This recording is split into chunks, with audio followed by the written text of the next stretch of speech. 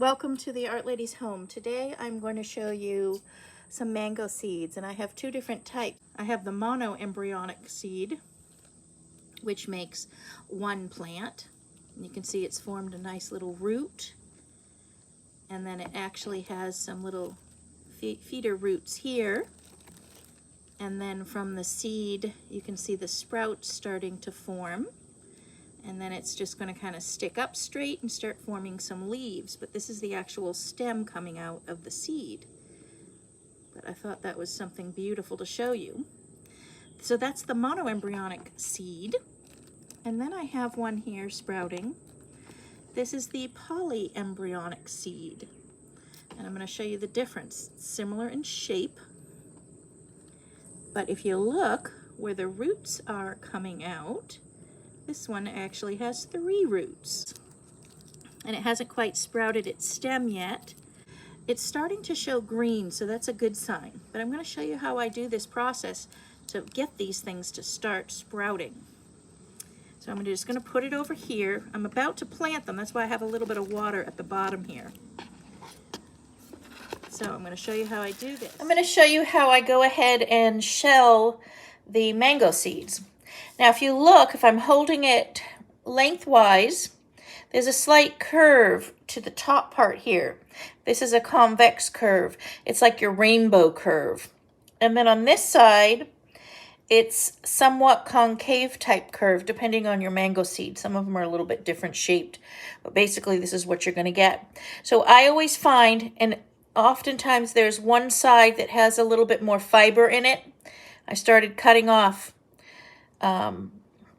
some of the fiber on this side. So it's the side that's not your rainbow arch, which is convex. It's on the bottom of the rainbow arch, or the side that has more long-haired fibers. And what I do is I start just cutting down that side. This seems to be the softer side for cutting. It's on your concave side. And very carefully start trimming in a little bit, and then I pull. And then even if you took a spoon, sometimes you wedge it with a spoon if it won't open. You can see it's slightly opened here.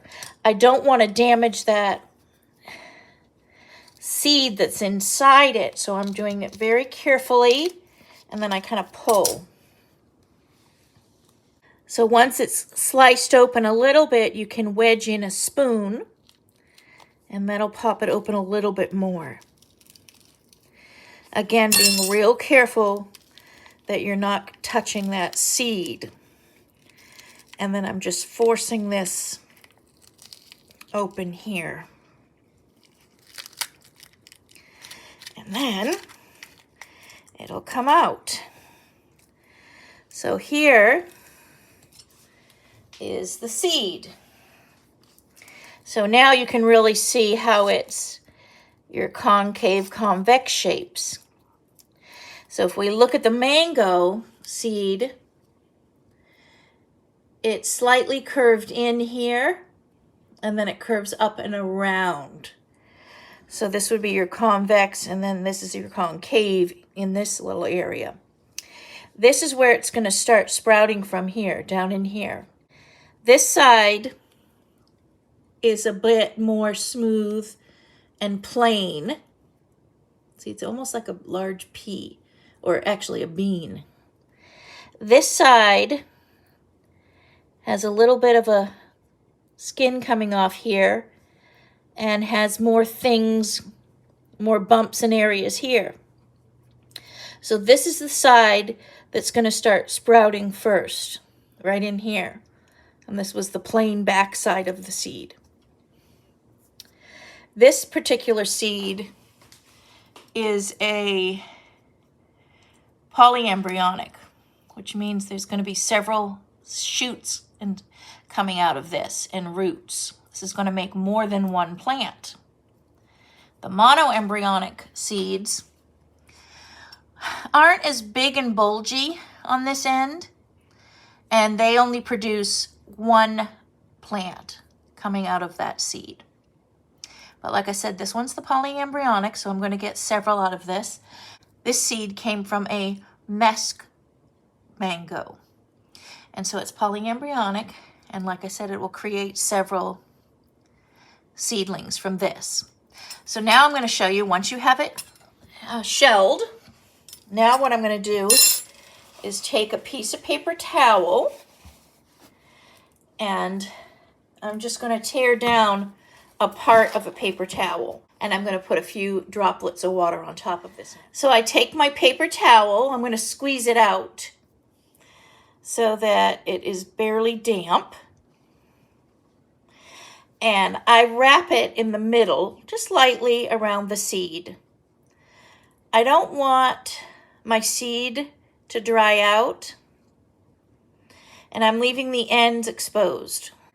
Then I take my seed and I place it in just a little plastic baggie, and I name them.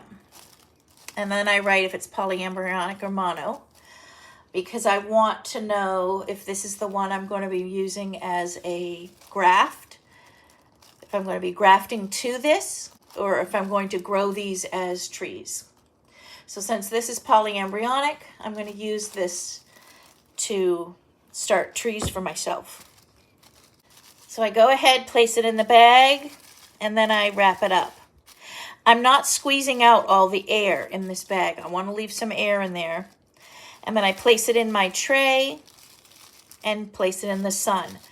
And within a day or two, what's going to happen is this is going to start greening up on these edges, on these ends, and then we'll start seeing little roots grow. So I'm going to show you that. Here are 2 sweet tart seedlings right here growing, and these are polyembryonic as well. This one I placed in the baggies yesterday, and this is starting to swell a little bit. It's getting a little bit thicker, and you can see where it cracked here, so this is getting a little bit bigger. So that's what happens after about 1 day. And then after about 4 days, you can see what's happening. The shell is cracking because it's swelling and getting a little bit bigger. And then you can see how it's starting to green up a little bit here. And then this is the end where not much is going to be happening. And then this is the end where things are going to be growing from here. If you look right here at the tip, I'm going to move this back so you can see it. There's the beginnings of our roots coming out, and there's 2 of them so far. I'm just going to close this back up, and then I'm going to wrap it back up in my paper towel, just like so.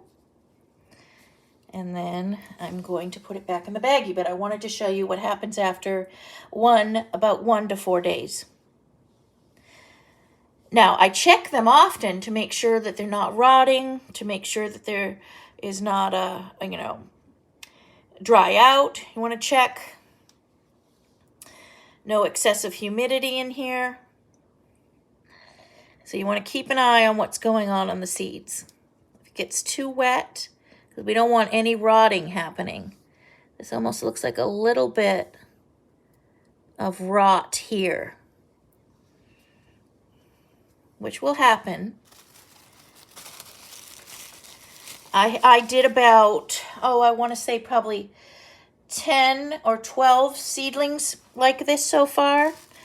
And my success rate has been, I think 1 of them has rotted and did not sprout out of that. And it all depends on your mango, when it was picked. If sometimes when you open up a mango, the seed is a little bit rotted already.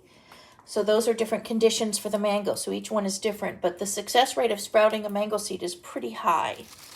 And it's pretty easy to do. I want to keep some air in this bag. I don't want to take away all the oxygen. I'm leaving some of it in the bag.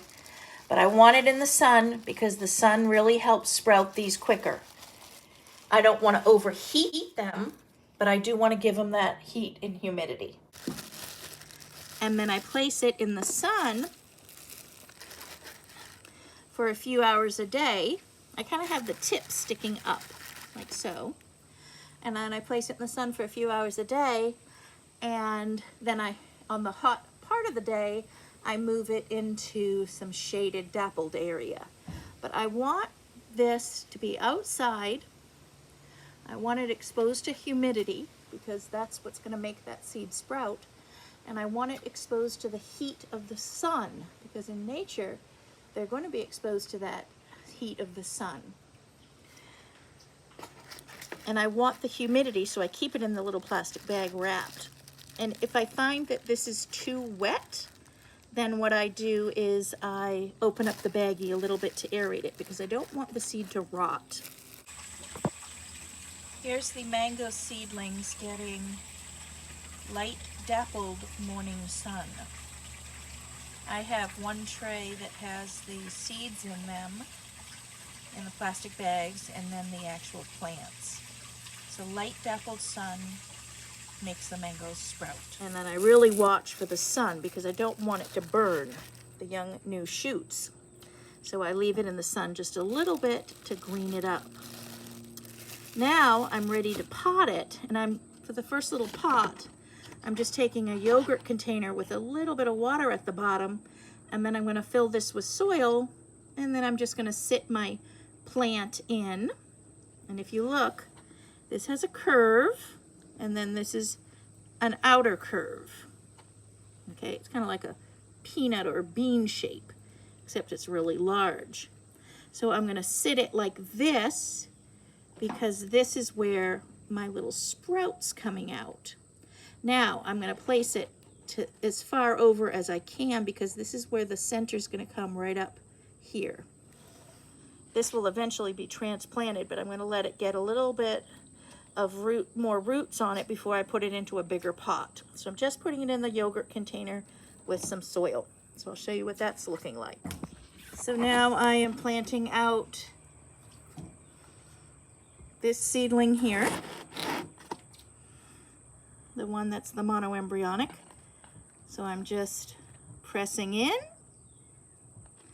This is the sprout area where it's going to sprout out. So I'm just pressing down, and then that's going to sprout up. I want that little root covered here. There. So this is going to sprout up, and this will start forming the tree.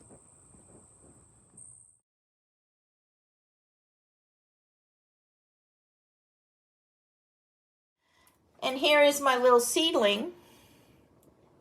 Just the very next day. So it's been in this pot for almost 24 hours, and it's grown, I want to say about 2 inches. It sprouted out and started to show little leaves coming, which is a great sign. So in a few days, I will just carefully transfer this into a bigger pot. I use the yogurt cups in this method just to ensure that I have a strong seedling to raise. And then once I know that it's strong enough, then I'll transfer it big. But I don't want to just do lots of big pots and have the seedling just die. So once I find it's growing and healthy, then I will transfer it to another larger pot within a week or so. Well, I hope you learned a little bit about mangoes and how to grow your own mango tree from a seed. If you like the video, go ahead and hit the like button and don't forget to subscribe.